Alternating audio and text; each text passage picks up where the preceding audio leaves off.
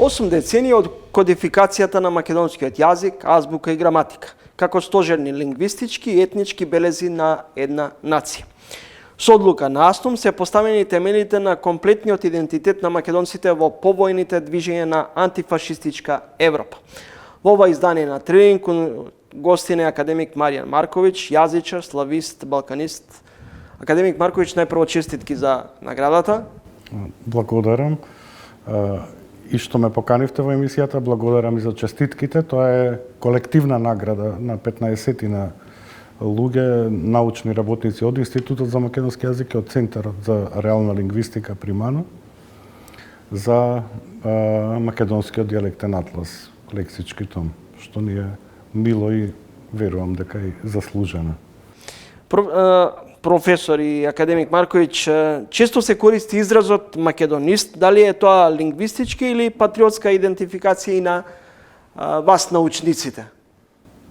Ако гледаме од синхрониски аспект, значи од денешен, повеќе е поврзано со лингвистиката. Значи, оние кои што се занимаваат со македонистиката, пред се како главна гранка во рамките на пошироката област на лингвистиката, се македонисти. Може да биде и македонист славист, македонист балканист.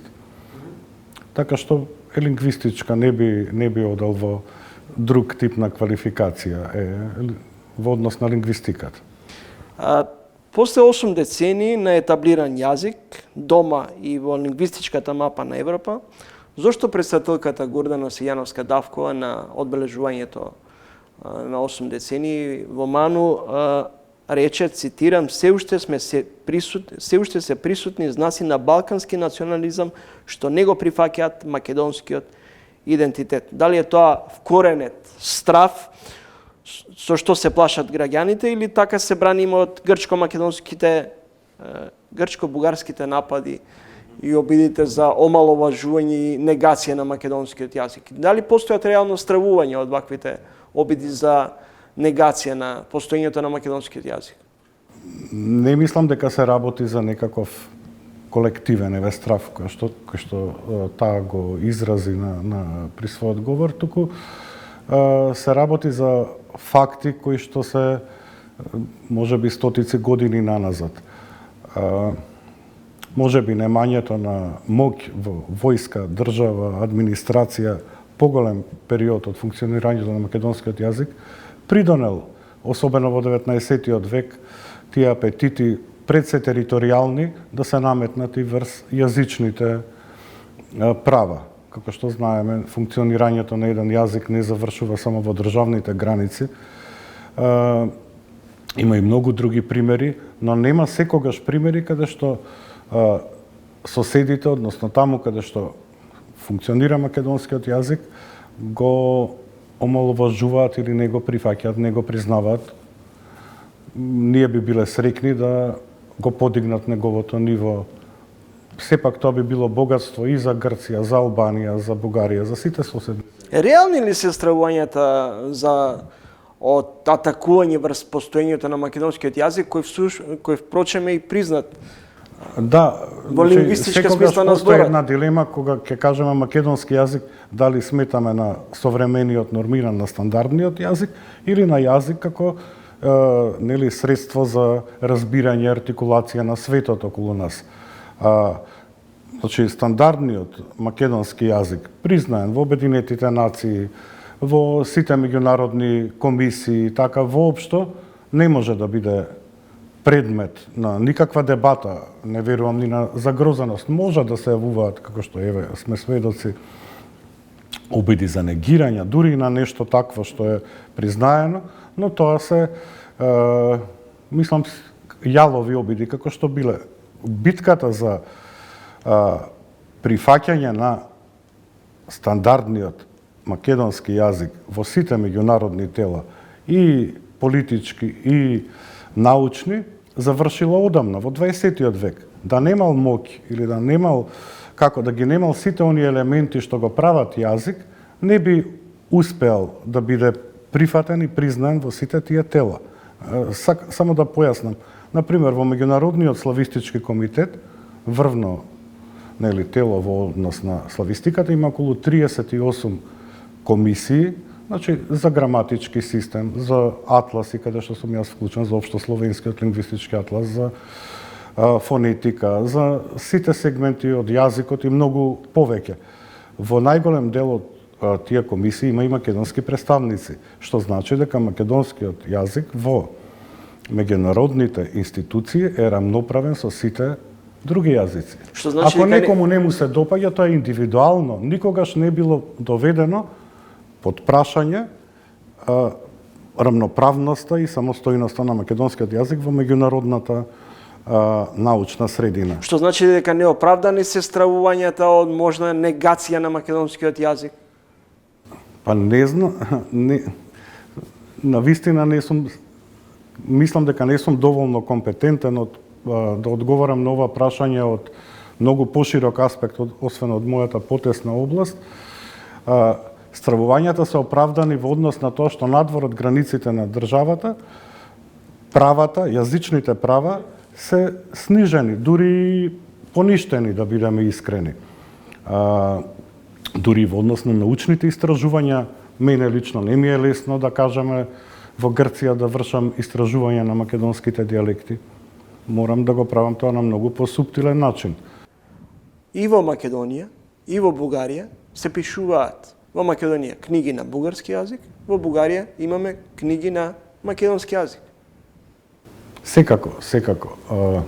Значи повеќе моје, како да кажам, што значи дека меѓу научната фела не постојат недоразбирања во тој дел околу употребата на македонскиот јазик? Јас ви го разбирам прашањето, да можам да го дадам вистинскиот одговор, сите проблеми би се решиле. Повеќе јас гледам од дијалект, значи го гледав проблемот од поширок славистички и дијалектолошки аспект. Мислев на воопшто зборувањето, значи употребата на македонскиот јазик како идентификацијско средство. Не на стандардниот. Значи стандардниот македонски јазик си е, нели, државен официјален јазик и верувам дека таа размена со сите соседи и со Бугарија, гледам и во Грција има преводи, би требало да се одвива на цивилизиран и нормален начин. Академик Марковиќ, професор Симона Груевска-Мажовска на одбележувањето на денот на македонскиот јазик бара да не се прави релативизирање на државниот статус на македонскиот јазик. Дали е тоа дел од предупредувањето дека македонскиот јазик се повеќе е атакуван и дома?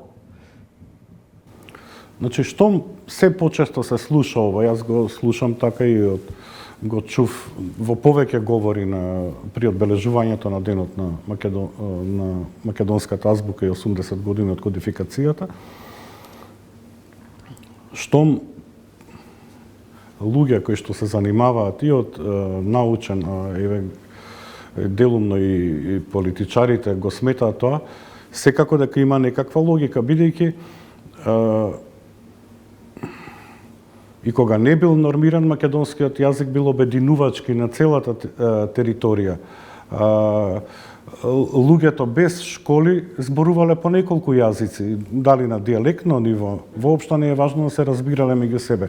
Но дали политиката ќе се обидува да направи како обратна доминација на други јазици, мислам дека тоа е на штета на сите, на говорителите на сите јазици во нашава земја, бидејќи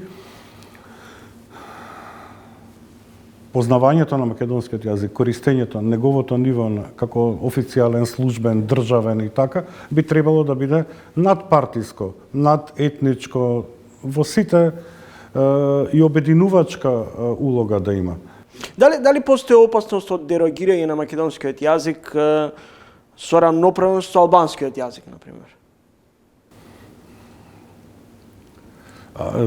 Рамноправност во однос на што? Секако дека верувам дека употребата на албанскиот јазик на одредени нивоа е веќе етаблирана, но нивото на македонскиот јазик мислам дека би требало да биде на највисокото државно ниво и од него да излегуваат сите понатамошни јазични права. А далеко од тоа дека би требало да се оспори нечие право да зборува. Не е само албанскиот, имаме па само во, мислам, аромански, и тоа повеќе дијалекти во Македонија. Дали свесно ги одбегнуваме говорот на нашите егејци, пиринци или на македонците од Преспа? Не би рекол дека е свесно тоа. Значи, мислам дека и председателот на МАНУ во својот говор спомна такво нешто, и неколку извадоци од текстот на Конески во 45-та година во однос на македонскиот литературен јазик, каде што кажува Конески, еден од главните принципи е македонскиот јазик, стандардниот во иднина, да продолжи да се темели на македонските народни говори. И тоа е едно фасцинантна работа за мене од јазичен, од дијалектен аспект, од лингвистички, дека македонскиот јазик е еден од ретките словенски јазици кои што го има тоа дијалектно богатство како една основа од која што може да црпи во огромна мера и за збогатување не само на лексиката, туку воопшто на самата структура, бидејќи толку долго без норма, со толку многу, над 50 на 60 на посебни говори на целата јазична територија,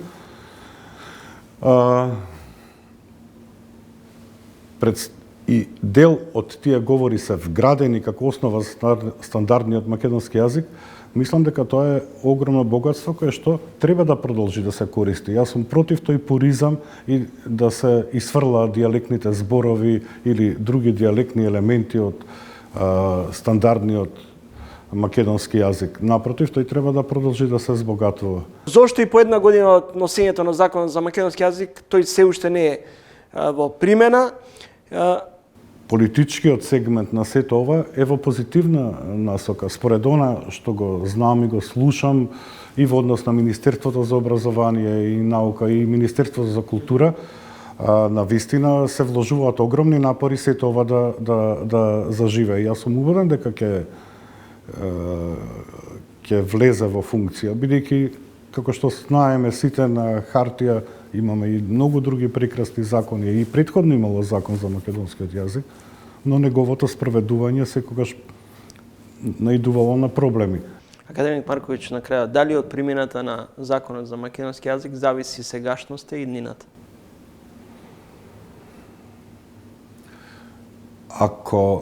Значи, не може да се уништи македонскиот јазик.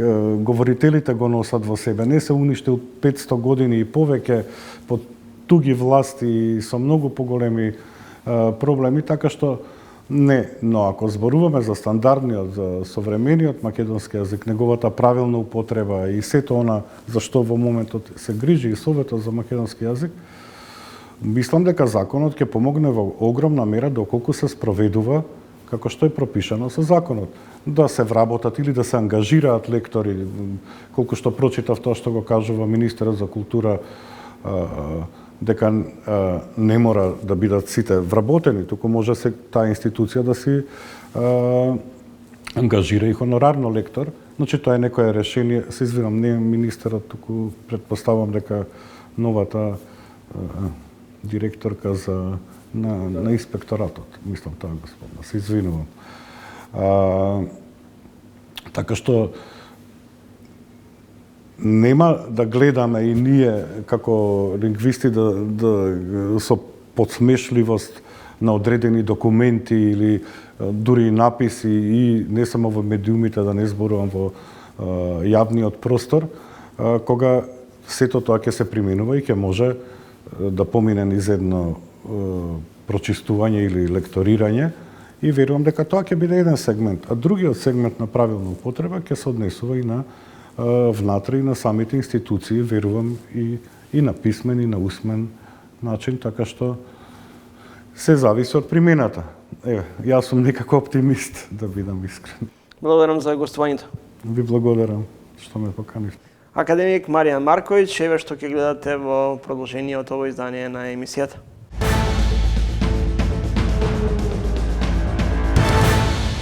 Ние уште во 2003 година на самитот во Солун добивме јасно уверување дека сите земји од Западниот Балкан ќе станат еден дел од европското семејство.